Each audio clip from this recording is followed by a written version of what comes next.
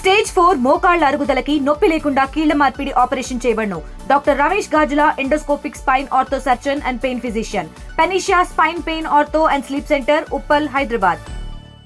Samarlakota triple murder కేసులో ఎట్టకేలకైతే mystery వీడింది. దీనికి సంబంధించినటువంటి వివరాలన్నీ కూడా ఈ రోజు అయితే కాకినాడ జిల్లా ఎస్పీ బిందు మాధవ్ గారు కూడా మీడియా ముఖం కూడా చెప్పినటువంటి పరిస్థితి ఉంది. ముఖ్యంగా దీని ఘటన ఏ విధంగా జరిగింది, అలాగే ఈ యొక్క ఎవరు ప్రధాన నిందితులు అనే విషయాలు తెలుసుకునేందుకు అలాగే పెద్దాపురం డిఎస్పీ శ్రీహరిరాజు గారు మాట్లాడే ప్రయత్నం చేద్దాం. సార్ చెప్పండి, ఈ ఘటన ఏ విధంగా జరిగిందని మీకు ప్రధానంగా నిర్ధారించడం జరిగింది? ఆల్రెడీ విషయాలన్నీ కూడా కాకినాడ జిల్లా ఎస్పీ గారు శ్రీ జి బిందు మాధవ్ ఐపీఎస్ గారు మీకు తెలియజేయడం జరిగింది. అతను ఈ విధంగా తన ముగ్గురిని కూడా ఈ విధంగా హత్య చేయడానికి ప్రధాన కారణాలు ఏమంటారు? ప్రధాన కారణం అంటే 2.5 years నుంచి ఇద్దరికి పరిచయం ఉంది. పరిచయంలో భాగంగా ప్రతిరోజు కూడా భర్త లేని సమయంలో చాలాసేపు మాట్లాడుకున్నట్టుగా మనకి ఎవిడెన్స్ వచ్చింది. ఆ యొక్క పరిచయం అనండి లేకపోతే మరొకటి అనండి, ఆ పరిచయాన్ని ఆశ్రయ తీసుకుని ఆవిడ ఆర్థిక అవసరాల నుండి, కుటుంబ అవసరాల నుండి చాలా వరకు ఈయనతో ఖర్చు పెట్టించడం.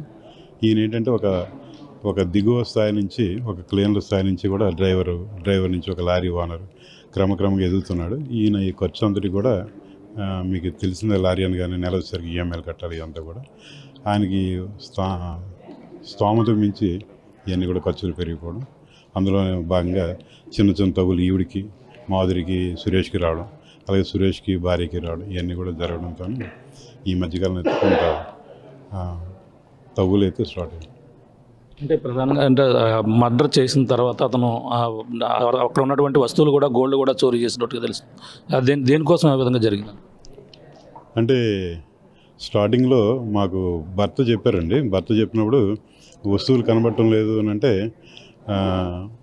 ఇలాంటి కేసుల్లో జనరల్గా వస్తువులు అనేవి పోవు, అంచేత మాకు కొద్దిగా ఆశ్చర్యానికి గురి చేసినప్పుడు కూడా ఆ యొక్క కోణంలో కూడా మేము దర్యాప్తు చేసిన తర్వాత ఈ ముద్దాయి తలే సురేష్ని అరెస్ట్ చేసిన తర్వాత ఆ ప్రాపర్టీ అంతా కూడా ఇంటాక్ట్, అంటే ఎలా ఉన్న వస్తువులు అలా అన్నీ ఆయనతో దొరకడంతో మాకు కూడా ఆశ్చర్యానికి గురి చేసింది. ఈయన ఏంటంటే ఇంకా చంపిన తర్వాత ఒక దురాశ నుండి మరొకటి నుండి ఆ వస్తువులు కూడా ఈయన తనతో పాటు పట్టుకెళ్ళారు. తలే సురేష్ వివాహం అయిందండి, వాళ్ళ కుటుంబ సభ్యులు ఉన్నారు. ఆయనకి ఒక అబ్బాయి అమ్మాయి అండి, 2 పిల్లలు ఉన్నారు. ఆయన ఒక 15 ఏళ్ళ కిందట ఆయన లవ్ మ్యారేజ్ చేసుకున్నాడు. వాళ్ళ కుటుంబం వరకు అయితే వాళ్ళకి ఏం ఇష్యూలు అంతా బాగానే ఉన్నారు. ఈ మాధురితో పరిచయం తర్వాత ఆర్థిక పరంగా కొంత ఈయన కూడా ఒడిదుడుకులకి లోనవడం జరిగింది. అంటే ఈ ఘటన జరిగే ముందు రోజు వాళ్ళిద్దరు కూడా కలిసి తిరిగినట్టుగా కూడా చెప్పుకొస్తున్నారు. కొన్ని సీసీ ఫుటేజ్లు కూడా ఉన్నట్టుగా తెలుస్తుంది. ఆ డీటెయిల్స్ ఏ విధంగా అంటే అది కరెక్టే అండి, అది కరెక్టే. ముందు రోజు ఏంటంటే సామర్లకోట, పెద్ద 2 కలిసి ఉన్న పట్టణాలు అందరికీ తెలిసింది. వీళ్ళు ఉండేదంతా కూడా సామర్లకోట.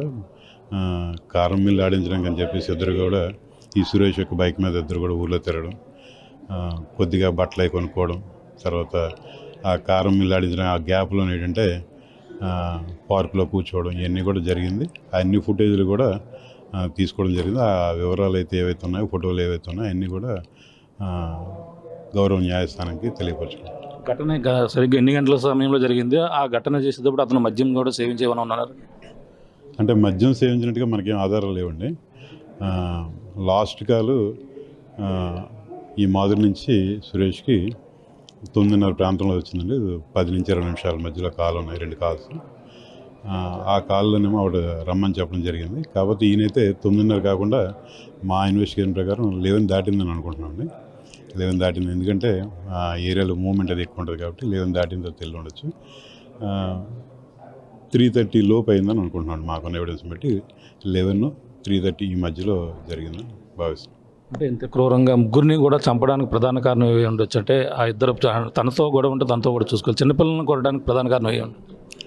ప్రధాన కారణం అంటే ఈమెను చంపిన తర్వాత వాళ్ళిద్దరూ కూడా ఈ యొక్క ఏదైతే జరిగిన సంఘటన ఉందో సంఘటన చూడడం. ఎందుకంటే వాళ్ళు బాగా గుర్తుపట్టగలరు, చిన్నపిల్లలు కదా, 6 సంవత్సరాలు 8 సంవత్సరాలు అంటే ఇతను గుర్తుపట్టగలరు. వీళ్ళ నలుగురు కూడా కలిపి కొన్ని చోట్ల తిరిగిన సందర్భాలు అయితే ఉన్నాయి.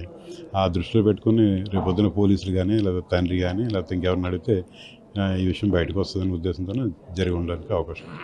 ఏం ఉపయోగించండి ఆ ఇద్దరిపై దాడి చేయడం, ముగ్గురిపై దాడి చేయడానికి ఏం ఉపయోగించారు? ఒక స్ట్రాంగ్ వెదురు కర్ర అండి, దుడ్డు కర్ర అని అంటాం మనం. అది కర్ర అయితే చాలా స్ట్రాంగ్ కర్ర. దానికేమో బీడింగ్ కూడా, మెటాలిక్ బీడింగ్ కూడా దానికి ఉంది. ఆ కర్రే ఉపయోగించాం. ఎన్నాళ్ళ నుంచి వివాహేతర సంబంధం ఉందని ఈ విషయం తన భర్త ఎవరైతే ఉన్నారో భర్త కూడా తెలిసే అవకాశం ఉంది. అంటే భర్తతో కూడా ఎగ్జామ్ చేయడం జరిగిందండి. ఇద్దరికి పరిచయం అయితే ఉందండి, మామూలు పరిచయం ఉంది. ఏదో రోడ్డు మీద వీధిలో పరిచయాలు అన్న అంటే అన్న, తమ్ముడు ఆ రకంగా పరిచయాలు ఉన్నాయి. అప్పుడప్పుడు 500 1000 రూపాయలు చేయబదులు తీసుకోవడం ఈ రకమైన పరిచయం ఉంది తప్పించి వేరే రకంగా తన భర్తకి ఇతనికి ఏదో సంబంధం ఉంది ఇలాంటి విషయం అయితే తెలియడానికి అవకాశాలు తక్కువగా కనిపిస్తున్నాయి. ఎందుకంటే వీళ్ళు ముగ్గురు తిరిగినట్టుగా ఎక్కడ మాకు ఆధారాలు లేవండి. వీళ్ళు ముగ్గురు మాట్లాడుకున్నట్టు వీళ్ళు ముగ్గురు తిరిగినట్టు అయితే ఎక్కడ ఎటువంటి ఆధారాలు లేవు. ఇంకా వీధిలో అందరూ కూడా భయభ్రాంతికి గురవుతున్నారు, మన మహిళలు కూడా ఆవేదన వ్యక్తం చేస్తున్నారు. అక్కడ ఎటువంటి రక్షణ కల్పిస్తున్నారు ప్రజెంట్? అంటే ఇదైతే మీరు చెప్పినట్టుగా దారుణమైన సంఘటన కాబట్టి ప్రతి లొకాలిటీలో కూడా అవగాహన సదస్సులు అయితే పెంచాలని చెప్పి నిర్ణయించుకున్నాం. ఇవేనే కాకుండా ఈ ప్రేమ పేరుతో జరిగే విషయాలు కానీ లేకపోతే చిన్న చిన్న విషయాలకి ఆత్మహత్యలు చేసుకోవడాలు ఇలాంటివన్నీ కూడా ఇంకా అక్కడక్కడ రిపోర్ట్ అవుతున్నాయి. కాబట్టి ఇలాంటి విషయాలు పూర్తిగా నివారించాలి, లేకపోతే కనీసం కొంతవరకు తగ్గాలనే ఉద్దేశంతో ఆ కార్యక్రమాలు చేయబడుతుంది.